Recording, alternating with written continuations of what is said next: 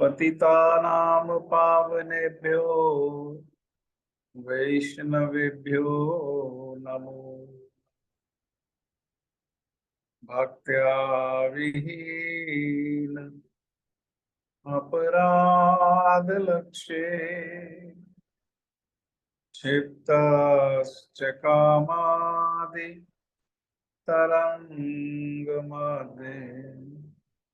कृपामयि त्वां शरणं प्रपन्ना वृंदे नमस्ते चरणारविंदम वृंदे नमस्ते चरणारविंदम वृंदे नमस्ते चरणारविंदम। श्री कृष्ण चैतन्य प्रभु नित्यानंदा श्री अद्वैत गदाधर श्रीवासादि श्री गौर भक्त वृंद। हरे कृष्ण कृष्ण कृष्ण हरे हरे, हरे राम राम राम हरे हरे। मैं सबसे पहले मेरे गुरुपाद पद्म नित्य लीला प्रविष्ट ओम विष्णुपाद परमहंस परिव्राजकाचार्य अष्टोत्तर शतयुगाचार्य श्री श्रीमद् भक्ति वेदांत श्रील नारायण गोस्वामी महाराज जी के अभय चरणारविंद में अनंत कोटि दंडवत प्रणाम करते हुए उनकी कृपा याचना करता हूँ। तदुपरांत नित्य लीला प्रविष्ट ओम विष्णुपाद स्तोत्र श्री श्रीमद् भक्ति वेदांत स्वामी महाराज श्रील प्रभुपाद जी के चरण सरोज में अनंत कोटि दंडवत प्रणाम। रूप अनुप गुरु परंपरा के चरणों में अनंत कोटि दंडवत प्रणाम।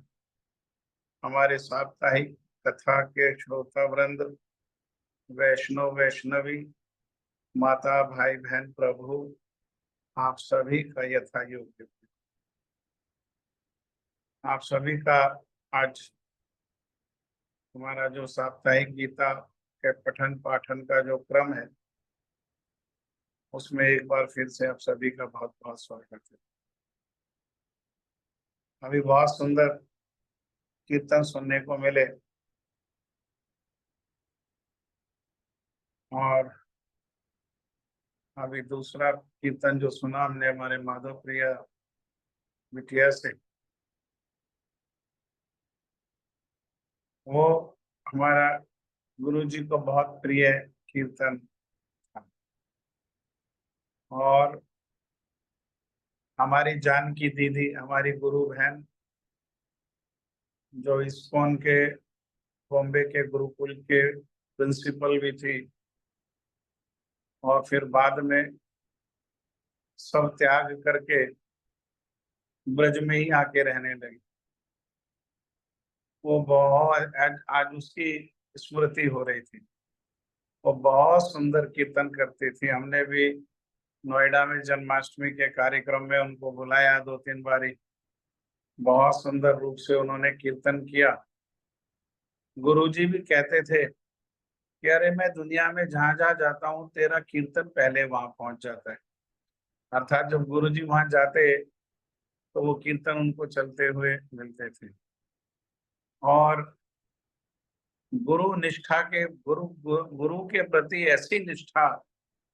ऐसी निष्ठा मुझे एक बात याद है कि एक समय हमारा ये मठ बन रहा था, गोवर्धन वाला मठ बन रहा था और लगभग पूरा हो गया था और पूरा होने पर पैसे भी खत्म हो गए। जो दान देने वाले लोग थे उन्होंने भी दे दिया, काफी पैसे खत्म हो गए, बस थोड़ा सा रह गया है लेकिन पैसा नहीं है। तो उसने गिलहरी जैसा प्रयास किया, जैसा सेतु बंधन में भगवान श्री राम ने सेतु बंधन किया और उस समय गिलहरी ने जैसा प्रयास किया, उसने क्या किया कि अपने घर में केवल लोहे के बर्तन छोड़ करके, जो पीतल के बर्तन थे, कांसे के बर्तन थे, जो थोड़ा बहुत ठाकुर जी को चांदी का बर्तन था भोग लगाने के लिए, सबको बेचा ही। और जो भी धन मिला उसको गुरु जी को ला करके दे दिया। गुरु जी बहुत प्रसन्न, बहुत प्रसन्न हुए। और गुरु जी के पीछे पीछे ही, एक पैर खराब था उनका बचपन से ही, लेकिन तब भी, और शरीर बहुत भारी था और आयु ज्यादा थी, लेकिन गुरु जी के प्रति निष्ठा ऐसी, उस शरीर को लेकर के जहाँ गुरु जी की कथा है, जहाँ गुरु जी की कथा कीर्तन का सुयोग है, वो वहीं पहुंच जाते थे। बहुत धन्यवाद हमारे जानकी दीदी का ये स्मरण कराने के लिए। और मैं आप सभी लोगों से, भक्तों से एक करबद्ध प्रार्थना करना चाहता हूँ कि आजकल ये पितृ पक्ष चल रहा है। पक्ष का अर्थ होता है 15 दिन।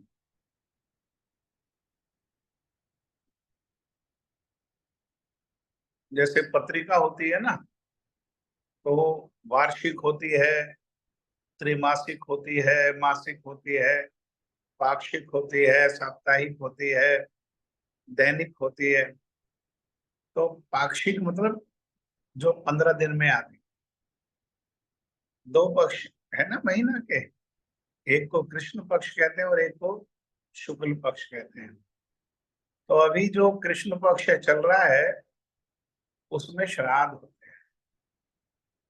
तो बहुत सारे लोगों ने तो आधुनिक विचारधारा को अपना लिया, मार्क्स और लेनिन की विचारधारा को, और उस विचारधारा को अपनाने के कारण उन्होंने इसको तो जानने का तो प्रयास किया नहीं कि वास्तव में ये है क्या, और बिना जाने ही उन्होंने क्या किया, उन्होंने इसको त्याग दिया। वो ये सब आडंबर है और हम तो आडंबर से ऊपर हैं। हाँ, समाज में बात करने में, व्यवहार करने में हमारा आडंबर देखो, उसमें, उस आडंबर में हम नंबर 1 है। हम्म। और जो भी हमारे मंगल के कार्य होते हैं उसको हम आडंबर कह करके त्याग देते हैं। अरे आडंबर त्यागना है तो जो भागवत कहता है कि जो कूट भाषी ना, जो डिप्लोमेटिक लैंग्वेज है, ये बहुत, ये कपटता है। ये कपटता सबसे बड़ी शत्रु है। भगवान का भजन किसी को भी प्राप्त हो सकता है, पापी से पापी व्यक्ति को भी भगवान प्राप्त हो सकते हैं, लेकिन कपटी को भगवान प्राप्त नहीं हो सकते। अगर हमें आडंबर छोड़ना है तो अपने हृदय में जो हमारा सबसे बड़ा शत्रु कपट के रूप में जो बैठा हुआ है, उस आडंबर को छोड़ने का प्रयास करना चाहिए। हाँ, अगर ये हम नहीं जानते हैं तो हमें भक्तों के निकट जानने का प्रयास करना चाहिए। क्या है, क्यों करना चाहिए, कैसे करना चाहिए, क्या किया जाए इसमें। तो एक तो इसमें ये बात है कि जैसे ही किसी मनुष्य का जन्म होता है तो उसके ऊपर अनेकों ऋण होते हैं। जैसे भारत में कोई भी जन्म लेता है तो भारत के पूर्व पूर्व सरकारों ने जो लोन लिया हुआ वो ऋण होगा नहीं होगा उसके ऊपर, वो ऋण की देनदारी है ना। हाँ, ऐसे ही हमारे ऊपर ऋण है। किसका ऋण है? तो पितरों का ऋण है, क्योंकि पितरों के कारण तो हमारा जन्म हुआ। अगर पितृ नहीं होते तो हमारा जन्म कैसे होता, हमें ये मनुष्य शरीर कैसे प्राप्त होता, और मनुष्य शरीर अगर प्राप्त नहीं होता तो हमें भजन की अनुकूलता कैसे प्राप्त होती, साधु संघ की अनुकूलता हमको कैसे प्राप्त होती। हाँ, तो पितरों का ऋण है, साधु का ऋण है, देवताओं का ऋण है, इस प्रकार से ऋण है। तो ये पितरों का जो ऋण है, उस ऋण से, वो ऋण कैसे हुआ जाता है, उस ऋण को चुकाने का तरीका है, एक तो कि समय आने पर लड़का और लड़की शादी करके और संतान उत्पत्ति करें। संतान उत्पत्ति से ये जो पितृ ऋण है ये इसको चुकाया जाता है। और दूसरा, जो पितृ अब नहीं रहे हैं, अर्थात वे अपने मंगल के लिए अब जिस स्थिति में है वहां पर प्रयास नहीं कर सकते। एक तो मंगल जानना चाहिए कि ये जो पितृ ऋण है, पितरों का जो ऋण है, और इसमें जो श्राद्ध तर्पण आदि है, ये अपने मंगल के उद्देश्य से है कि, और वो कब होगा, जब तक पितरों का मंगल नहीं होगा तब तक हमारा मंगल नहीं। ये श्राद्ध तर्पण आदि जो है ये पितरों को स्वर्ग भेजने के उद्देश्य से नहीं है। स्वर्ग तो अच्छी जगह नहीं है, स्वर्ग में तो भोग है। हाँ, भोगी वो जो अज्ञानी लोग हैं वो अपने माता पिता के पहले स्वर्गवासी लिखते हैं। स्वर्गवासी मतलब स्वर्ग में वास करने वाले। स्वर्ग में वास करने वाले का अर्थ क्या हो गया? भोगी, अर्थात वो भोगी हैं। अपने माता पिता के प्रति ऐसा नहीं करना चाहिए। हम लोगों को लिखना चाहिए परलोकगत, मतलब वे जहां हैं कहीं हैं लेकिन हम नहीं जानते। तो उनका मंगल का अर्थ क्या हुआ?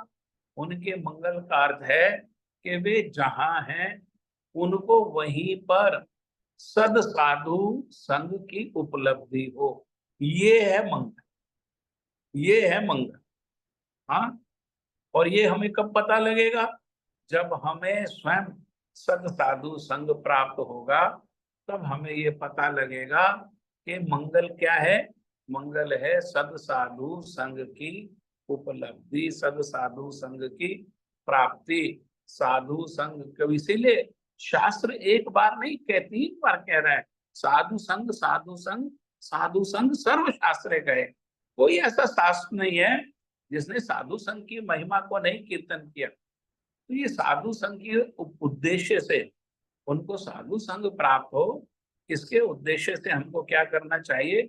जो सबसे पहला प्रयास तो भजन करना चाहिए। भजन करने से ही ये सबका मंगल होगा। लेकिन भजन करने के साथ साथ हाँ, ये जो है श्राद्ध और तर्पण भी करना चाहिए। लेकिन किस प्रकार से? तो वैष्णव रीति से ये तर्पण श्राद्ध करना चाहिए। क्या करें? अरे कुछ नहीं कर सकते हो तो कम से कम ये जो पक्ष है, अर्थात पूर्णिमा से लेकर के अमावस्या तक, अमावस्या के बाद से अगले दिन से नवरात्रि शुरू हो जाएंगे, है ना। प्रतिपदा से नवरात्रि शुरू हो जाएंगे, फिर विजयदशमी आ जाएगी, फिर दीपावली आ जाएगी। इस प्रकार से उत्सव प्रारंभ हो जाएंगे। तो कम से कम वैसे तो हर रोज करना चाहिए, गृहस्थों का ये दायित्व है। क्या करे कि भगवान के उद्देश्य से सुबह उठ करके पवित्र होकर के, हाँ, मनसा वाचा कर्मणा, पवित्र होकर के, और फिर भगवान के लिए कुकिंग करे, भगवान के लिए बनाए। हाँ, भगवान के लिए बनाए तो उसमें सब्जी बनाए, रायता बनाए, खीर बनाए, ऐसी चीजें, है ना, ये सब चीजें बनाए। और इन सब को तुलसी पत्ता दे करके और भगवान को प्रेम से श्रद्धा से भोग लगाए, है ना। जैसे अभी एक गोपी की भावना कीर्तन हो रही थी ना, राधा रमण मेरी कुटी में पधारो। तो कुटी में पधारना किस लिए है? कुटीरी में पधारने के लिए कि मैंने भाई देखो तुम्हारे लिए मक्खन बना के रखा हुआ है, अरे मक्खन तो खा करके जाओ, है ना। और बदले में क्या? बस थोड़ी सी सुरीली सुरीली मुरली सुना देना, थोड़ा सा मुस्कुरा देना, एक बार गोदी में बैठ करके मैया कह देना। हाँ, बस इसी उद्देश्य से ये प्रार्थना की जाती है। तो ऐसे ही शुद्ध हृदय से प्रार्थना करें, उनको भोग लगाएं, और भोग लगाने के बाद एक थाली गैया के लिए, हाँ, कुछ नहीं कहते। अगर कोई भक्त हमारे आसपास उपलब्ध है ऐसे वैसे व्यक्ति को नहीं दे देना, है ना। कोई सुरती खाता है, उसको समझ करके भाई ये तो मंत्र पढ़ लेता है, कोई सुरती खाता है, पंडित जी पहुंचे हुए पंडित जी हैं लेकिन सुरती खाते हैं, उनको देने से कोई मंगल नहीं। कोई भक्त है, भजनशील है, उसको प्रेम से बुला करके उसको खिलाएं। वैसे भी ये 6 प्रकार के वैष्णवों के आदान प्रदान है। क्या आदान प्रदान है? तो पहला आदान प्रदान है कि अपनी आवश्यकता की चीज भक्तों से लेना और भक्तों की आवश्यकता की चीज भक्तों को देना। ये 2 हो गए। और 2 क्या है? तो उनको अपने यहाँ प्रसाद के लिए बुलाना और उनके यहाँ प्रसाद पाने के लिए जाना। ठीक है, 4 हो गए। और क्या रहा? अपने अपने हृदय की बात, हृदयगत जो विचार है उसको, क्योंकि भक्तों के हृदयगत जो विचार है वो भक्ति संबंधी विचार है, उनको अश्रद्धालु व्यक्ति को नहीं कहना। कितना भी निकट संबंध होने पर किसको कहना? भक्तों को कहना। और भक्तों के हृदय के जो विचार हैं उनको सुनना। ये 6 प्रकार के ये प्रीति के कार्य हैं। ये आपस में आदान प्रदान करने से क्या होता है? इससे वैष्णवों में, भक्तों में प्रीति बढ़ती है ना। ये कार्य को करना चाहिए। तो वैष्णव कोई है तो वैष्णवों को प्रसाद के लिए बुलाएं। अगर वैष्णव उपलब्ध नहीं है तो कम से कम 1 प्लेट गाय का बना करके, है ना, और वो प्लेट के साथ ही सड़क पर फेंक देना, गाय को डर करके दूर से फेंक देना, वो उचित नहीं। अरे वो प्लेट के साथ ही, अगर आपको लगता है कि गाय के खाने से आपकी प्लेट अशुद्ध हो जाएगी, हालांकि गाय में 33 कोटि देवताओं का वास है। जब सारे देवी देवताओं ने पता लगा गाय भगवान को अतिशय प्रिय है, तो गाय के जन्म होते ही सारे देवी देवताओं ने तो आश्रय ले लिया। तो लक्ष्मी जी तो रह गई बेचारी, लक्ष्मी जी को तो ने आश्रय नहीं लिया। लक्ष्मी जी सबसे बाद में पहुंची, तो सबसे बाद में पहुंचने पर उन्होंने गौ माता को प्रार्थना किया कि मुझे भी आश्रय प्रदान करो। तो गौ माता ने कहा कि देखो अभी सभी स्थान में तो और अन्य अन्य देवी देवता आश्रय ले चुके हैं, हाँ मेरा गोबर में अभी खाली है, मेरे गोबर में चाहो तो तुम स्थान ले सकते हो। लक्ष्मी जी ने गोबर में आश्रय लिया। हाँ, गाय के गोबर की कितनी महिमा है। गाय के गोबर की इतनी महिमा है कि जहां ये गाय के गोबर से लीपा हुआ स्थान होता है वो हर प्रकार से शुद्ध हो जाता है। जबकि किसी और जीव के मल से कोई शुद्ध स्थान हो वो अशुद्ध हो जाता है, लेकिन गाय के मल से, वो है तो गाय का मल ही ना, गोबर, है ना, तब भी वो क्या है, वो स्थान जो है वो शुद्ध हो जाता है। साक्षात लक्ष्मी जी का वास है। यहाँ तक कहते हैं साइंटिस्ट, तो नागपुर में जो साइंटिस्ट हैं वो तो यहाँ तक भी क्लेम करते हैं कि एटम बम भी अगर फटे तो जो स्थान गाय के गोबर से लिपा हुआ है वहां एटम बम का प्रभाव नहीं होता। उसके आसपास प्रभाव हो सकता है लेकिन वहां प्रभाव नहीं होता। मैं नहीं जानता साइंटिफिकली ये कितना सच है ना, लेकिन ऐसा कहा, ये बात को कहा जाता है। तो उन्हीं गाय के उद्देश्य से वो प्लेट बनाए, गाय को बड़ा प्रेम से, लेकिन अपनी रक्षा करते हुए। गाय है गाय, लेकिन है तो पशु शरीर में ना। हाँ, गाय है लेकिन है एक प्रकार के शरीर में, तो उससे अपनी रक्षा करते हुए गाय को प्रेम से खिलाएं। ऐसा करने पर क्या होता है? ऐसा करने पर हमें तो नहीं पता कि हमारे पूर्वज कहाँ है, लेकिन है जरूर, है ना। हम पढ़ेंगे आत्मा के बारे में, पढ़ेंगे ना जायते मरियते कदाचन, आत्मा का ना जन्म होता है ना मरती है। हाँ, लेकिन वो क्या है, वो सूक्ष्म शरीर पर बैठ करके एक स्थान से दूसरे स्थान में, एक लोक से दूसरे लोक में, तीसरे लोक से चौथे लोक में ऐसे घूमती जरूर है। हाँ, यंत्र आरूढ़ानी माया, माया से प्रभावित होकर के इस यंत्र में बैठ करके, कौन से यंत्र में बैठ करके? मन बुद्धि अहंकार के जो सूक्ष्म शरीर है उसमें बैठ करके एक शरीर से दूसरा शरीर, दूसरा शरीर से तीसरा शरीर, एक लोक से दूसरा लोक, दूसरे लोक से तीसरे लोक, ऊपर से नीचे, नीचे से ऊपर, इस प्रकार से भ्रमण करती है ना। तो है ना कहीं ना, पर हमने, हमारी पहुंच नहीं है। लेकिन भगवान की तो सब जगह पहुंच है ना, भगवान तो सब जगह दिखते हैं ना। उनके प्रति, भगवान के प्रति जो दिया गया है उनके उद्देश्य से, गाय के प्रति जो दिया गया है उनके उद्देश्य से, भगवान को हर रोज भोग लगाना है। हाँ, केवल 15 दिन ही भोग, इसी पक्ष में भोग लगाएंगे नहीं, भगवान को भोग हर रोज लगाना, गाय की सेवा हर रोज करनी है। लेकिन जब विशेषकर पितृ पक्ष में पितरों के उद्देश्य से दिया जाता है, तो वह क्या है, भगवान के द्वारा, क्योंकि सबका पालन करने वाले कौन है, भगवान। सबको खिलाने वाले कौन है, भगवान। अगर उन्होंने कोई अपना कर्म भी किया होगा जिस कर्म के कारण उनको भूखे रहना है, तब भी उनको प्रसाद मिलेगा, और प्रसाद मिलने से मंगल होगा।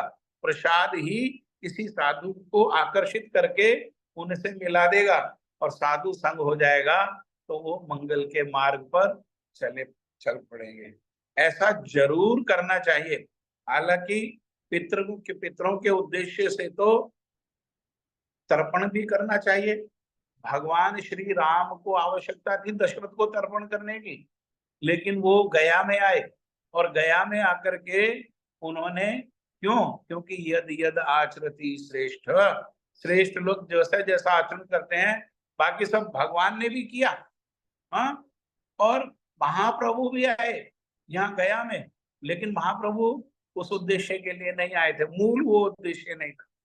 मूल उद्देश्य था गुरु को मिलना था, लेकिन आए किस बहाने से, अपने पिता के तर्पण करने के बहाने से आए। तो तर्पण करना चाहिए।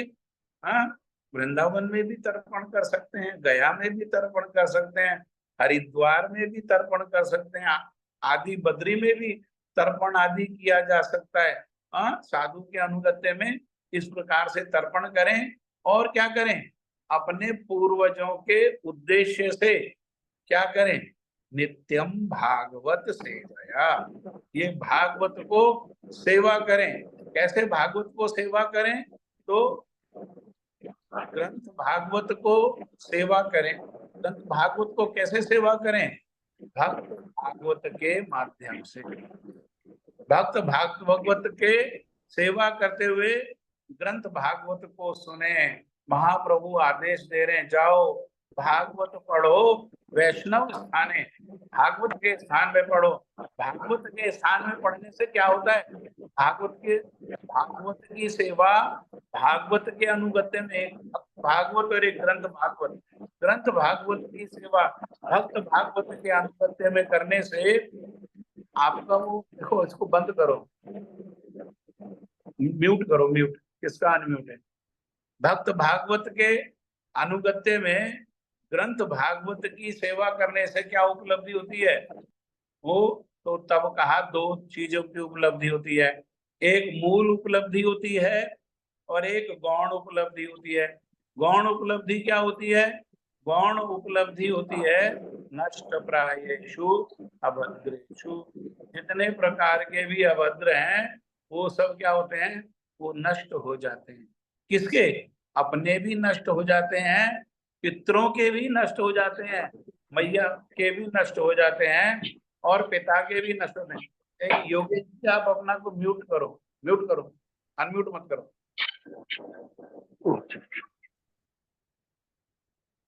तो सब प्रकार के अभद्र नष्ट हो जाते हैं, जितने भी प्रकार के अभद्र हैं। हाँ, किसी के लिए, किसी भी काम के लिए अलग से प्रयास नहीं किया जाता। इसीलिए गुरुजी कहते थे कि भागवत सप्ताह को ये पितरों के मंगल के उद्देश्य से नहीं सुनो। हाँ, इसको किसी देवी देवता को प्रसन्न करने के उद्देश्य से नहीं सुनो, इसको धन के उद्देश्य से नहीं सुनो, इसको कोर्ट केस खत्म कराने के उद्देश्य से नहीं सुनो, इसको रोग से पीछा छुड़ाने के उद्देश्य से नहीं सुनो, इसको लड़की की शादी के उद्देश्य से नहीं। इसलिए सुनो जो इसका मूल जो परिणाम है। तो मूल परिणाम क्या है, नष्ट प्रायेषु अभद्रेषु नित्यम भागवत सेवया भगवती उत्तम श्लोक भक्तिर भवती नष्ट की। उन भगवान उत्तम श्लोक, भगवान का एक नाम क्या है, उत्तम श्लोक, क्योंकि उन भगवान की उत्तम श्लोकों से स्तुति की जाती है। और जो उत्तम श्लोक हैं वे ही जो अर्थात जो भगवान के लिए कह दिए जाते हैं, जिन श्लोकों का भगवान से संबंध है, वही श्लोक कैसे हैं? वही श्लोक उत्तम श्लोक हैं। उन उत्तम श्लोक भगवान के चरणों में भक्ति हो जाती है। कैसी? नैष्ठ की। हाँ, उसमें कभी परिवर्तन नहीं आता, वो कभी छूटती नहीं है। तो केवल किस लिए सुने? केवल भक्ति के उद्देश्य से सुने। परंतु गौण फल क्या होगा? वो भागवत को जब हम पढ़ेंगे, सुनेंगे, तो उसका गौण फल के स्वरूप ये पितरों का भी उद्धार हो जाएगा। कोई पितृ अपने किसी कर्म के कारण अगर दुर्दशा को भोग रहा है, तो वहां से भी उसका उद्धार हो जाएगा। इसीलिए श्राद्ध, तर्पण, भागवत श्रवण, ये श्राद्ध तर्पण तो 15 दिन के लिए ही है। और भागवत कैसा है? भागवत तो नित्य है, नित्य भागवत से। तो इसलिए श्राद्ध जो है किसी न किसी रूप में जरूर करना चाहिए। और ये जो कर्मी ब्राह्मण है, हाँ, कर्मकांडी, तो वो कहेंगे ये ना खरीदो, वो ना खरीदो, शादी में मत जाओ, इसमें मत जाओ, ये मत करो, वो मत करो। अरे वो ये ठीक है, ये कार्य मत करो, लेकिन ये नहीं करो तो क्या करो? अरे कुछ तो करेंगे। ये नहीं किया, ना शादी में जाएंगे, ना खरीदारी करनी है तो बाजार जाएंगे, ना कुछ नया चीज लाएंगे, ना दर्जी के यहाँ भागेंगे। अरे तो कुछ नहीं करेंगे तो क्या करेंगे? हाँ, तो बैठ बैठ करके ये भागवत की कथा को सुनो, भागवत को अध्ययन करो, और साथ में हरे कृष्ण कृष्ण कृष्ण हरे हरे, हरे राम राम राम हरे हरे, इस प्रकार से भगवान को पुकारो। और साथ ही साथ भगवान हमारे हृदय में पधारे, हम उसके लिए राधा रमन मेरी कुटी में पधारो रे, कुटी में पधारो मेरे हृदय में विराजो रे। कुटी में पधार करके क्या करो? मेरे हृदय, ये कुटी तो है, ये शरीर, ये कुटी है। इसमें सबसे सुंदर स्थान क्या है? इसमें सबसे सुंदर स्थान ये हमारा हृदय है। इस हृदय में क्या करो? एक बार आ जाओ, इसमें विराजमान हो जाओ, और फिर एक बार आने के बाद कभी भी इस हृदय को छोड़ करके नहीं जाओ, है ना? तो लेकिन वो किनके हृदय को छोड़ करके नहीं जाते हैं? किनके हृदय में विराजते हैं और किनके हृदय को छोड़ के नहीं जाते हैं? तो तब श्री नरोत्तम दास ठाकुर जी एक सुंदर कीर्तन में कहते हैं, तोमर हृदय सदा गोविंद विश्राम, गोविंद कहे न माम वैष्णव पराण। एक बार करुणा करो वैष्णव गोसाई, पतित पावन तोमा बिन के हो नाई। हरे कृष्ण कृष्ण कृष्ण हरे हरे, हरे राम राम राम हरे हरे। राधे राधे गोविंद गोविंद राधे, राधे राधे गोविंद गोविंद राधे। हाँ, इस प्रकार से उन भगवान को पुकारते हुए, और उसमें भी विशेषकर जो उन भगवान के शरणागत जो भक्त हैं, जिनका हृदय एक क्षण के लिए भी भगवान के चरण कमल को छोड़ करके अन्यत्र नहीं जाता है, उनका कीर्तन करें। ये इसी उद्देश्य से ये हर पक्ष, हर चीज जो बनाई है, वो साधुओं ने हम पर कृपा करके इसी उद्देश्य से बनाई है कि जैसे तैसे हमारे भजन में रति मति हो, भजन में हमारी रति हो। और रति कब होगी? जब भजन में हमारी मति होगी। तो भजन में जैसे तैसे हम लग जाएं, भजन में हमारा मन लग जाए, भजन में हमारी वाणी लग जाए, और भजन में हमारा शरीर लग जाए, इस उद्देश्य के लिए ये पितृपक्ष भी इसी उद्देश्य के लिए। इसमें पितरों का भी मंगल है, इसमें हमारा भी मंगल है, और आने वाली जो पीढ़ियां हैं उनका भी मंगल है। और जो कीट पतंग जो स्वयं कीर्तन नहीं कर सकते हैं वो भी कीर्तन सुनते हैं, उनका भी मंगल है। और जो भी भक्त लोग हमारे साथ मिलकर के कीर्तन कथा में भाग लेते हैं उन सब का भी इसी प्रकार से मंगल है। ठीक है, इससे संबंधित किसी का कोई शंका, कोई कमेंट, कोई प्रश्न है कोई?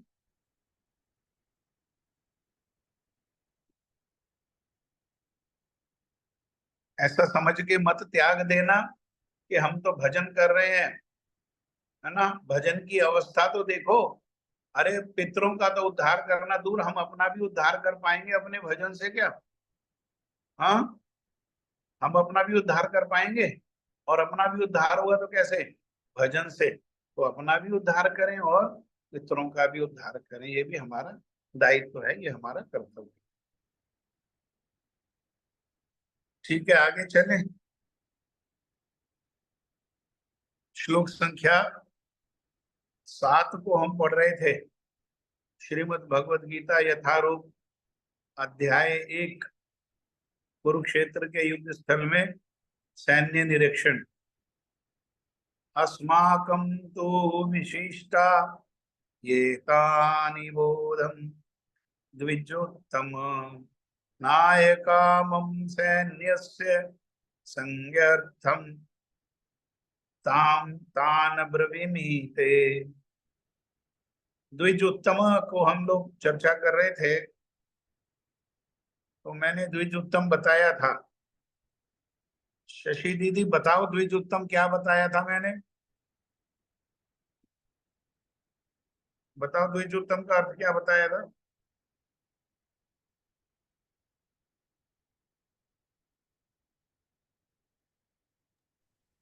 हाँ, प्रभु जी मेरे को तो याद नहीं ठीक से, इसमें तो ब्राह्मण श्रेष्ठ लिखा है। द्विज आपने बताया था कि जो 2 बार जन्म होता है।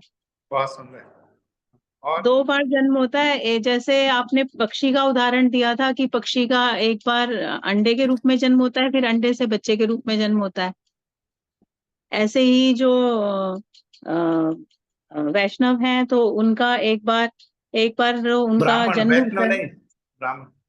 ब्राह्मण जो कि माता के गर्भ से जन्म होता है और उसके बाद में दूसरा जन्म होता है जब उनका हरिनाम दीक्षा होती है गुरुदेव के द्वारा, तो उनको नाम मिलता है दूसरा। हाँ, और विशेषकर यज्ञोपवीत संस्कार। यज्ञोपवीत संस्कार। द्विज उत्तमा, द्विज हैं, इसीलिए ब्राह्मण को द्विज भी कहते हैं और ब्राह्मण को खग भी कहते हैं। खग माने पक्षी होता है। वैसे पक्षी किस लिए कहते हैं? क्योंकि पक्षी भी द्विज है और ब्राह्मण भी क्या है?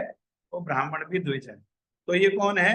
ये द्विज उत्तम। हाँ, ये सारा का सारा जो दुर्योधन है वो किसी कारण से ये बातें कह रहे हैं। देखो, अगर इन्हें बात करनी चाहिए थी तो सेनापति तो कौन है? भीष्म पितामह है। लेकिन भीष्म पितामह के पास नहीं गए, उतर के कहाँ पर आगे आए? अपने रथ से उतर करके कहाँ आए हैं? अरे कोई बात करनी है तो सेनापति से बात करो कि क्या उनकी व्यूह रचना है, क्या उनकी योजना है, किस प्रकार से करेंगे, उनका क्या, और उसमें उनके अंतर्गत दुर्योधन का क्या दायित्व है, किसका क्या दायित्व है, ऐसा जान सकते हैं राजा है क्योंकि। हाँ, लेकिन आए किसके पास हैं? आए हैं इनके पास, पंडित जी के पास। कौन से पंडित जी के पास? जो इन्होंने इनको धनुर्विद्या आदि जो है अस्त्र शस्त्र की जो है वो शिक्षा दी है, द्रोणाचार्य, उनके पास आए हैं। और आकर के देखो, 2 शब्द इसमें, एक तो निबोध और एक संज्ञार्थम। निबोध का अर्थ है कि भाई जान लो, हम कुछ बता रहे हैं आपको, आप जान लो। और मैं क्या बता रहा हूं? तो कह रहे हैं संज्ञार्थम। संज्ञार्थम मतलब सम्यक ज्ञान। ये जो यहाँ पे कुरुक्षेत्र में जो सेनाएं एकत्र हुई हुई हैं और उन सेनाओं में कौन कौन युद्ध कर रहे हैं और किसकी क्या व्यूह रचना है, ये मैं सब आपको बता रहा हूं। आप ये सब जान लो। आप ये सब, अब इस बात को ध्यान रखना, मैं आगे जाके बताऊंगा कि क्यों ये द्रोणाचार्य को ये बात कह रहे हैं। द्रोणाचार्य के पास क्यों आए हैं? क्यों नहीं गए वहां भीष्म पितामह के पास? जबकि भीष्म पितामह जो है वो सेनापति हैं। और आगे कह रहे हैं कि मेरी सेना में स्वयं आप हैं, भीष्म, कर्ण, कृपाचार्य, अश्वत्थामा, विकर्ण और सोमदत्त का पुत्र भूरिश्रवा आदि है, जो युद्ध में आज तक कभी भी पराजित नहीं हुए, हमेशा युद्ध में विजयी रहे हैं। और 9वें श्लोक में कह रहे हैं, ऐसे अन्य अनेक वीर भी हैं जो मेरे लिए अपना जीवन त्याग करने के लिए उद्यत हैं। वे विविध प्रकार के हथियारों से सुसज्जित है और युद्ध विद्या में वो लोग निपुण हैं। हाँ, निपुण हैं। तो किसके लिए कही है ये बात? ये बात जो 9वें श्लोक में कही है, मेरा चश्मा टूट गया थोड़ा सा, तो थोड़ा में, हाँ, तो ये किस लिए कही है? ये इसलिए कहा है, ये जो बात कही कि मेरे लिए प्राण देने के लिए तैयार हैं। ये प्राण देने के लिए तैयार कौन है? तो उन प्राण देने वालों में जो श्रेष्ठतम है, जिसके कारण ये महाभारत हो रहा है। अगर वो युद्ध में भाग नहीं लेते तो महाभारत नहीं होता। उनका नाम है कर्ण। उनका नाम है कर्ण, क्योंकि कर्ण के अलावा ये जानते हैं कि सब पक्षपाती है, सब पांडवों के पक्ष में। हाँ, भीष्म पितामह भी पांडवों के पक्ष में है। द्रोणाचार्य को भी अर्जुन जो है वो शिष्य सबसे ज्यादा प्रिय है। ये पक्षपाती हैं। ये नहीं युद्ध क्यों कर रहा है? युद्ध कर रहा था, इसको अर्जुन का भय था। अर्जुन को डिफीट करने के लिए कोई एक इसको योद्धा चाहिए। और ये जानता था कि अर्जुन को तो कर्ण मार डालेगा, क्योंकि कर्ण तो कवच और कुंडल से सुरक्षित है, उसको तो कोई मार नहीं सकता। हाँ, युद्ध होगा तो अर्जुन को तो वो मार डालेगा और भीम को मैं मार डालूंगा बस। और पांडवों के पास और कुछ है नहीं, बाकी सेना में कुछ नहीं है। 2 लोग हैं, एक है अर्जुन, अर्जुन के लिए कर्ण, और मैं कौन? मैं भीम के उद्देश्य से। हाँ, इसीलिए ये कह रहा कि पहले तो बताया कि पांडवों के पक्ष में कौन कौन युद्ध करने वाले हैं, और फिर बताया अपने पक्ष में कि भाई ऐसा नहीं है हमारे पक्ष में कोई युद्ध करने वाला नहीं है, हमारे पक्ष में भी बहुत सारे योद्धा है जो युद्ध करने वाले हैं। और ऐसे भी योद्धा हैं जो मेरे लिए अपने प्राण भी त्याग सकते हैं, अपने प्राणों की आहुति भी दे देंगे, वो भी है। तो इनमें जो प्रमुखता कौन है? इनमें प्रमुखता उन्होंने नाम लिया कृपाचार्य का, अश्वत्थामा, विकर्ण, सोमदत्त, भूरिश्रवा, ये सब नाम उसने लिए हैं। और एक नाम और लिया उसने, एक नाम लिया है कर्ण। हाँ, कर्ण का नाम लिया उसने, ठीक है। तो ये कृपाचार्य जी कौन है? तो गुरु जी बताते हैं कि कृपाचार्य जी के बारे में कह रहे हैं कि एक समय की बात है। अरे क्या हो गया चश्मे? हाँ, जानपदी नामक अप्सरा के दर्शन से जो गौतम गोत्रीय, गौतम ऋषि स्वयं नहीं, गौतम गोत्रीय शारदान ऋषि का वीर्य जो है वो सरकंडे के समूह पर स्खलित हो गया और 2 भागों में विभक्त हो गया। उसी 2 भागों से एक पुत्र और एक कन्या का जन्म हुआ। ये जुड़वा हैं। कन्या का नाम हुआ कृपी और पुत्र महाबली कृप के नाम से प्रसिद्ध हुए। श्रद्धान ऋषि ने ही इन्हें धनुर्वेद आदि में पारंगत किया। ये अत्यंत वीर, पराक्रमी और धर्मात्मा थे। महाभारत युद्ध में इन्होंने कौरवों के पक्ष से युद्ध किया था। महाराज युधिष्ठिर ने युवराज परीक्षित की शिक्षा के लिए इन्हें नियुक्त किया था। तो और इनकी बहन कृपी, कृपी का ही विवाह जैसे मैंने पहले बताया वो द्रोणाचार्य जी से हुआ था। और द्रोणाचार्य जो है इनके जीजा लगते हैं। अश्वत्थामा इनका जो है वो भांजा है। आगे बता रहे अश्वत्थामा के बारे में, कृपाचार्य की बहन कृपी का विवाह द्रोणाचार्य से हुआ। इस कृपी के गर्भ से ही अश्वत्थामा का जन्म हुआ। इसका जन्म शिव, यम, काम और क्रोध के सम्मिलित अंश से हुआ। अपने पिता द्रोणाचार्य से इसने शास्त्र आदि की विद्या ग्रहण की। इसने महाभारत युद्ध में कौरव पक्ष से प्रधान सेनापति का भार भी ग्रहण किया। ठीक है, ये अंतिम सेनापति था। भागवत में कथा सुनते हैं ना, जिस समय 17वें दिन युद्ध हुआ, किसका वाला, भीम का और दुर्योधन का, 15, 16, 17 और 17वें दिन भीम ने गदा मार मार के जब पता लग गया कि इसकी जंघा कमजोर है, 2 दिन तो खूब पिटाई हुई भीम की, खूब पिटाई हुई, क्योंकि ये उसको मारते थे द्रोणाचार्य को, तो उसको तो आशीर्वाद था। कैसे कि वो एक जब बड़ा हुआ और युद्ध ठहर गया और युद्ध होना निश्चित हो गया, तो तब गांधारी ने एक दिन कहा दुर्योधन को कि दुर्योधन तुम क्या करो, तुम जैसा मैंने तुम्हें जन्म दिया था, जन्म के समय जैसी तुम्हारी अवस्था थी वैसे ही अवस्था में मेरे सामने आओ रात के समय। अब रात के समय ये तो नग्न होकर के चल दिए, लेकिन भगवान तो जानते थे, भगवान तो भूत वर्तमान और भविष्य सब जानने वाले हैं, और भगवान तो पांडवों के पक्ष में है। तो उन्होंने रास्ते में मिल गए इनको, और जब नग्न जा रहे तो नग्न देख करके हंसने लगे, अरे अरे दुर्योधन क्या गति है, क्या गति है भाई, आज ये समय आ गया, नंगे खड़े हो। कह रहे मैया ने बुलाया है। तो भगवान ने कहा रहे मैया ने बुलाया है, लेकिन तुम्हें तो कुछ मर्यादा का पालन करना चाहिए, कम से कम कुछ अंगों को तो अपना ढक करके, केले के पत्ते आदि से ढक करके जाओ। और भगवान के कहने पर दुर्योधन ने क्या किया, अपने अंगों को, केलों, जंघा आदि को केलों के पत्ते से ढक लिया।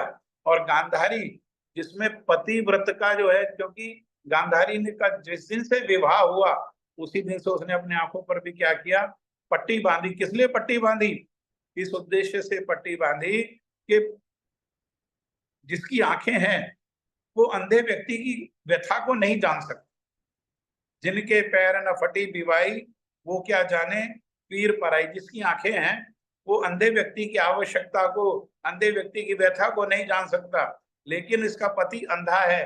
हाँ, तो धृतराष्ट्र, इसीलिए कि अंधे पति को कैसे सेवा की जा सके ठीक ठीक से, उसकी आवश्यकता के अनुरूप इसने क्या किया, अपनी आंखों पर पट्टी बांध ली और पति की सेवा की इसने, तो उसका तेज जो है इसके आंखों में आ गया।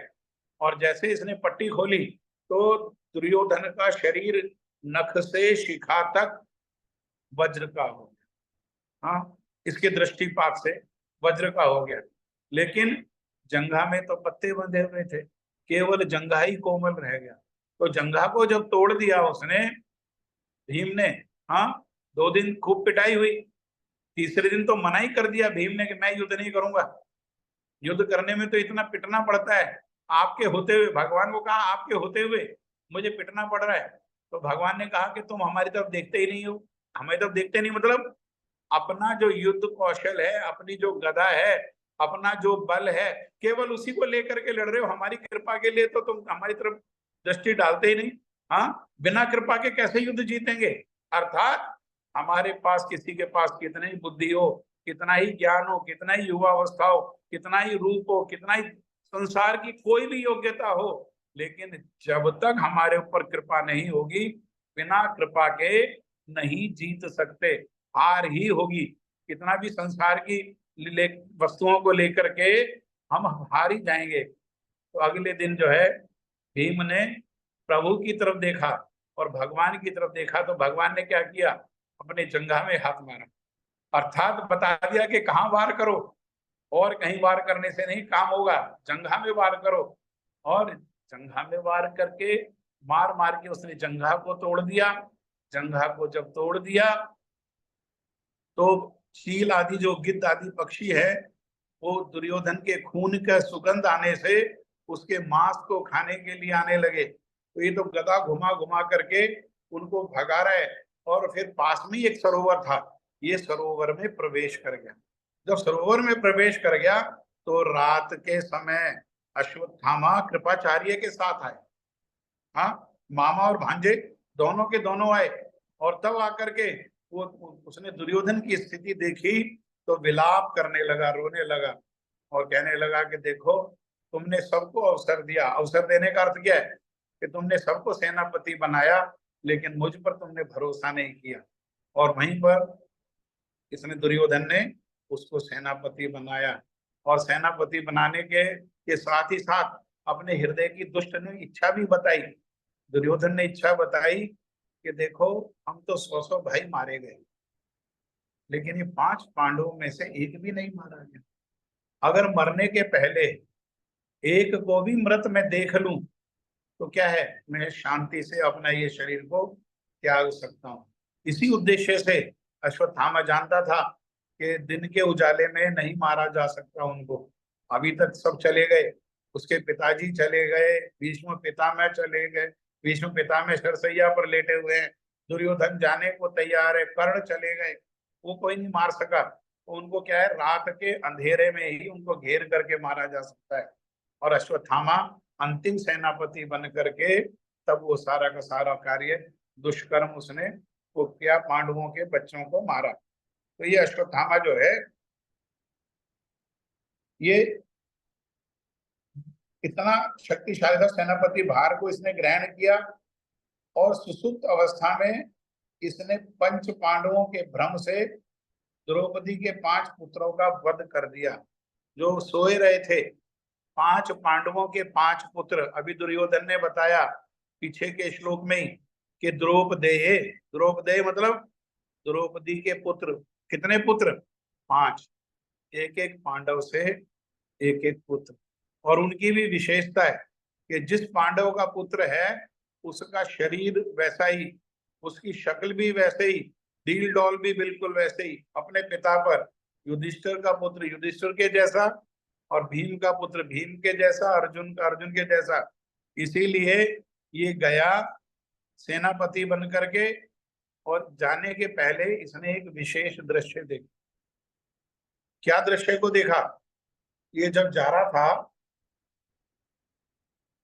तो इसने देखा कि एक घोंसला है एक वृक्ष के ऊपर, और घोंसले में पक्षी के छोटे छोटे अजात पक्षा, जिनके अभी पंख नहीं आए हैं, पंखहीन जो बच्चे हैं, वो घोंसले में पड़े हुए हैं। और पीछे से एक सांप चढ़ा और रात के अंधेरे का लाभ उठा करके एक एक बच्चे को करके वो सारे बच्चों को खा गया। तो उसने विचार किया कि रात में ही मारा जाएगा। तो तब गया, जाकर के सबसे पहले सोए हुए धृष्टद्युम्न को मारा, क्योंकि द्रोणाचार्य को उसने मारा था, निहत्थे द्रोणाचार्य को मारा था। और फिर बाद में वो जो 5 पांडवों के सोए हुए जो बच्चे थे उनके गले काट के, पांडव समझ करके इसने विचार किया कि देखो, दुर्योधन तो एक पांडव का सिर मांग रहा था, मैं तो 5 पांडवों का सिर ले जाऊंगा। और वो 5 बच्चे जो हैं पांडवों के, उनको पांडव समझ करके उनका सिर काट करके ये अपना स्वामी जो दुर्योधन है उसको प्रसन्न करने के लिए ले गया। जिसके बदले में पांडवों ने इसको बहुत अपमान किया और बहुत तिरस्कार किया। और तिरस्कार करके जन्म से जो इसके माथे में जो मणि थी, उस मणि को क्या किया, उस मणि को छीन लिया। अपमानित होने से, क्रोध से जर्जित होकर इसने पांडवों के एकमात्र कुलदीपक परीक्षित को समाप्त करने के उद्देश्य से अभिमन्यु की पत्नी उत्तरा के गर्भ को अपने ब्रह्मास्त्र का लक्ष्य बनाया। किंतु भक्त वत्सल भगवान श्री कृष्ण ने अपने सुदर्शन चक्र से गर्भ में महाराज परीक्षित की रक्षा करी। आपको मैंने अभी शुरू होने पर ये बात को बताया था कि किस प्रकार से परीक्षित जो गर्भ में थे तो उनको मारने के लिए इसने अपना सुदर्शन चक्र, अपना जो है ब्रह्मास्त्र को छोड़ा। ब्रह्मास्त्र से मृत प्राय हो गए परीक्षित महाराज। और जब भगवान के चरणों में उत्तरा ने प्रार्थना करी, अभिमन्यु की पत्नी ने, क्योंकि उसने सुन रखा था कि संसार में कौन है एक अपना, कौन है, कौन बताएगा? संसार में कौन है अपना? केवल पति, बच्चे, धन, संपत्ति। हाँ, फिर हम किस चक्कर में पड़े हुए हैं? भगवान सारा समय हमारा कहाँ लग जाता है? सारा समय कहाँ लगता है? जब एकमात्र भगवान अपने हैं तो सारा समय हमारा भगवान के चरणों में लगना चाहिए। हमारा फिर दायित्व, जब एकमात्र भगवान ने सारा दायित्व हमारा लिया हुआ है तो हमारा सारा दायित्व किसके प्रति होना चाहिए? कौन बताएगा? प्रभु जी, भगवान के प्रति होना चाहिए। और क्या है हमारा भगवान के प्रति दायित्व? अभी नहीं है, उसके कोशिश में लगे हुए हैं। हैं? आपके संग में उसकी कोशिश में लगे हुए हैं। गुरुवर्गों के, हमारे गुरुवर्ग बड़े दयालु हैं, उनकी कृपा से हमको यही प्रयास करना है। 24 घंटा में से 24 घंटा भगवान का है, हमारा किसी के प्रति कोई कर्तव्य नहीं है। हाँ, श्रील प्रभुपाद जगत गुरु भक्ति सिद्धांत सरस्वती ठाकुर वो तो यही बात को कहते हैं, उनका तो ये शिक्षा है, उनका सिद्धांत है कि जो ऐसा समझता है कि भगवान को छोड़ करके किसी और के प्रति मेरा कर्तव्य है या मेरा दायित्व है, उसी को माया कहते हैं। माया। भगवान हमारी कितनी देर सेवा करते हैं, कोई बता सकता है? क्या भगवान हमारी सेवा करते हैं? कोई बताओ, बोलो कोई। प्रभु जी 24 घंटे करते हैं। हमें आप वायु दे रहे हैं 24 घंटे, जो जिससे हम सांस ले रहे हैं। तो 24 घंटे सांस तो 24 घंटे सांस तो भगवान दे रहे हैं, और हमारा कर्तव्य फिर 24 घंटे में से 1 सेकंड भी किसी के प्रति होना चाहिए संसार में? नहीं होना चाहिए, वैसे सब भगवान के प्रति होना चाहिए, है ना? भगवान के प्रति होना चाहिए। तो उसमें क्या है, उसमें कैसे सामंजस्य कैसे करें? हाँ बोलिए। हरे कृष्ण प्रभु जी। हाँ जी, जब का समय हो गया जी। चलो करो, जब करो, फिर ये बात तो अगली बारी चर्चा करेंगे, यही से प्रारंभ करेंगे।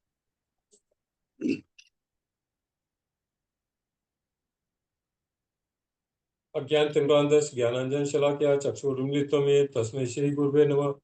नमो महावदान्याय कृष्ण प्रेम प्रदायते। चर्चा किया हमने। कोई प्रश्न है तो आप कह सकते हैं, कोई कमेंट है आपका, कोई और विचार है तो कह सकते हैं।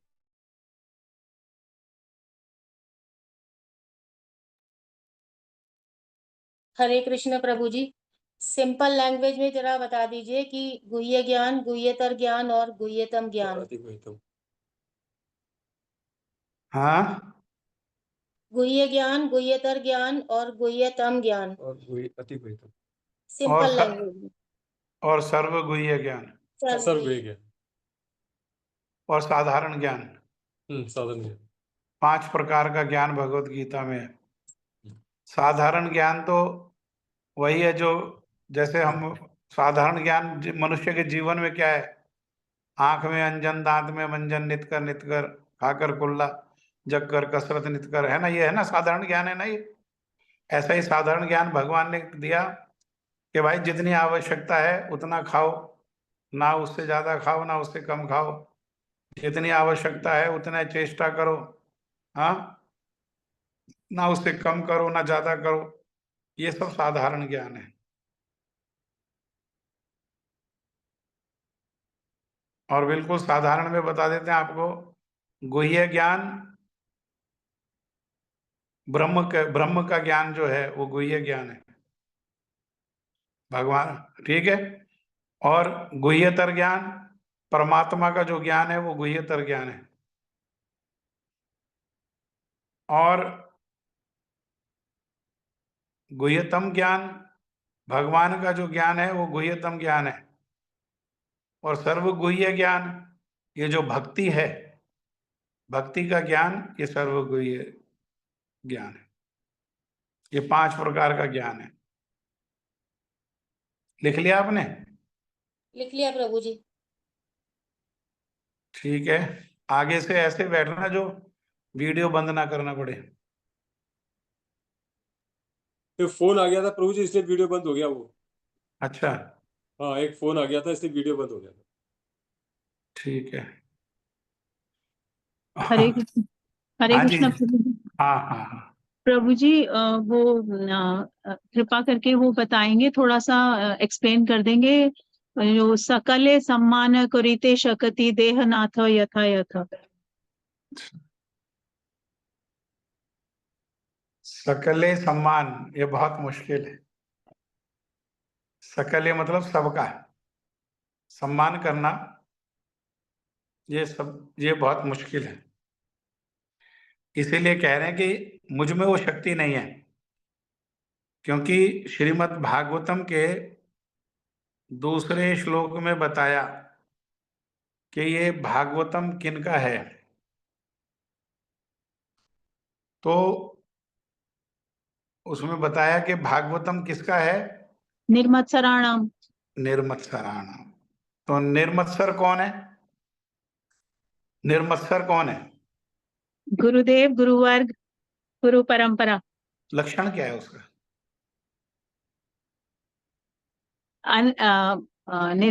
निर्मत्सर जो है वो द्वेष नहीं करते कभी किसी की प्रगति से, उनको कोई प्रॉब्लम नहीं होती किसी की प्रगति से, भक्ति में द्वेष नहीं है, जिनमें, जेलसी नहीं। अगर साधारण शब्दों में कहें, जिनमें दूसरों की श्रेष्ठता को सहन करने का बल है, जो दूसरे की श्रेष्ठता को सह जाते हैं। हमारे जैसे साधारण लोग दूसरे की श्रेष्ठता को सह नहीं पाते, ईर्ष्या करने लगते हैं, दोष ढूंढने लगते हैं, है ना? तो हम में ये शक्ति आए, हम में नहीं है ये शक्ति, हम में ये शक्ति आए, इसीलिए वो गुरु जी से ये प्रार्थना कर रहे हैं कि हम कैसे निर्मत्सर हों। जब तक निर्मत्सर नहीं होंगे तब तक सकले सम्मान करीते शक्ति ये संभव ही नहीं है। ये निर्मत्सर होने के लिए ही ये गुरु से प्रार्थना कर रहे हैं। जो चीज हमारे पास नहीं है वो कहाँ से मिलेगी? गुरु से मिलेगी ना। तो गुरु से प्रार्थना कर रहे हैं। हमें भी प्रार्थना करना चाहिए, ये सच्चाई है। कोई अगर आज कहता है कि मैं निर्मत्सर हूं तो बड़ी जोर से हंसना चाहिए, हा हा हा हा, है ना? ऐसा क्लेम करने वाला दूसरे को सह जाए, दूसरे की श्रेष्ठता को सह जाए, ये सरल नहीं है, सरल नहीं है। और प्रभु जी यथा यथा, हैं? यथा यथा यथा, देहनाथ यथायथ। आप यथा बताओ यथा। क्या समझे आप इससे? आप बताइए आप प्रभु। आपको सब पता है, मैं इसलिए नहीं आपसे प्रभु, कहलवाना चाहता हूँ।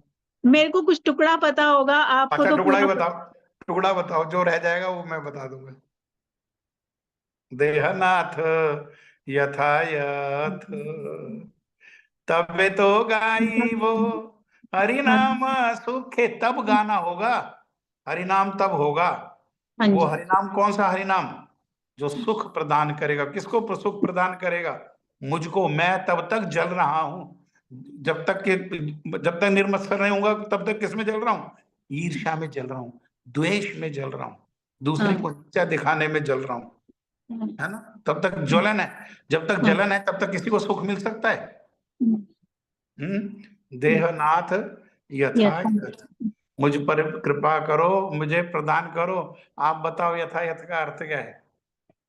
प्रभु जी आपने बताया था कि सम्मान तो सबका करना है, लेकिन सबकी स्थिति अलग अलग जैसे यस। होती है कि सबको एक समान नहीं। उसके लिए आपने एक बार बताया था, जैसे सांप है, अब सांप को हम सम्मान करेंगे तो उसको सम्मान करने के लिए उसके पास जाके प्रणाम करना ये सब नहीं होगा, उससे बच के निकलना ही उसका सम्मान करना है। बस उसको, उसके ऊपर दया करना कि कुछ हरिनाम ऐसा वो वहां पर कहें ताकि उसके कानों में भी हरिनाम चले जाए, लेकिन अपनी रक्षा करना। ऐसा नहीं गले लगा लें उसको प्रेम में, हाँ। अरे हम और तुम तो भाई भाई हैं, तुम भी हाँ। आत्मा हो हम भी आत्मा है, आओ गले मिल लें। तो वो गला मिलना नहीं जानता। हाँ, यथायथ मतलब यथा योग्य। कैसा यथा योग्य?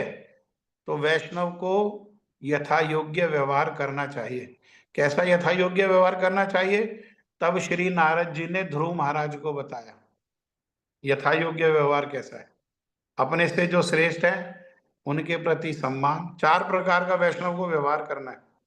अपने से जो श्रेष्ठ है उनके प्रति सम्मान, जो अपने जैसे हैं उनके प्रति सख्य प्रीति है, मैत्री है ना, सख्य, ठीक है ना। मैं कह रहा था ना आपको सब आता है नहीं, आप बता रहे हैं प्रभु जी, मैं तो है ना? हाँ हाँ और तीसरा कौन सा, मैं भूल गया। प्रेम, मैत्री, कृपा। कृपा। कृपा जो नहीं जानते हैं लेकिन जानना चाहते हैं, जान करके सुधार करना चाहते हैं, उन्नति करना चाहते हैं, लेकिन जानते नहीं है बेचारे। जान जाएंगे तो उस पर प्रयास करेंगे। हाँ, वो कृपा। और चौथा, जल्दी बोलो। उपेक्षा। उपेक्षा। जो ईर्ष्यालु हैं उनके प्रति क्या करना, उनके प्रति उपेक्षा ही दया है। उनसे बहस करना दया नहीं है, उनके प्रति उपेक्षा करना ही दया है। क्योंकि बहस करेंगे वो उतना ही विरोध में बोलेंगे, और जितना विरोध में बोलेंगे उतना ही डूबेंगे। तो उनको डुबोना हमारा कर्तव्य नहीं है ना। सबके मंगल के उद्देश्य, वैष्णव सबके मंगल के उद्देश्य से चलता है। उसका मंगल किसमें है? उपेक्षा।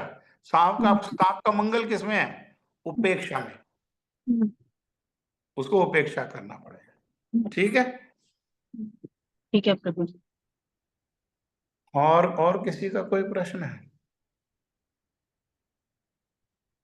आपने अच्छा किया, आप ज्वाइन किया करो। हाँ जी प्रभु जी। इतने सुंदर प्रश्न मिलते हैं और इतना सुंदर उसका आंसर मिलता है, फिर हम उसके नोट्स बनाते हैं। और किसी की कोई इच्छा है, कोई जानना चाहते हैं, कोई प्रश्न है या कुछ कहना चाहते हैं, आप कह भी सकते हैं। ऐसा नहीं है केवल वन वे है। क्या पता नहीं किसके हृदय में भगवान ने क्या हीरा रखा हुआ है, तो उससे सबको लाभान्वित होना चाहिए। हम ही श्रेष्ठ हैं ऐसा जरूरी नहीं है।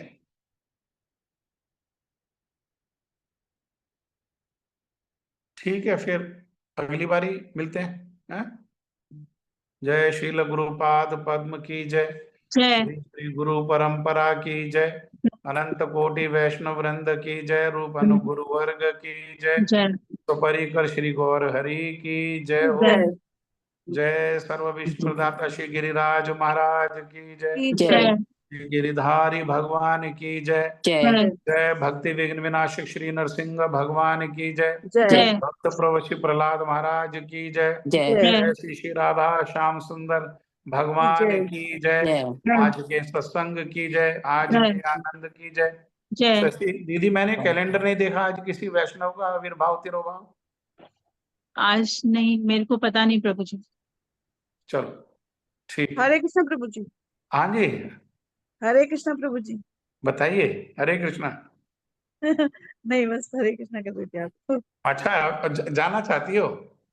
नहीं नहीं कोई बात नहीं, अब जाने का समय भी है। नहीं नहीं, ठीक है। जाना नहीं है। आप सब भक्तों की जय, समागत गौर भक्त वृंद की जय। जय। निताई गौर प्रेमानंदे हरि हरे हरि। हरे बोल।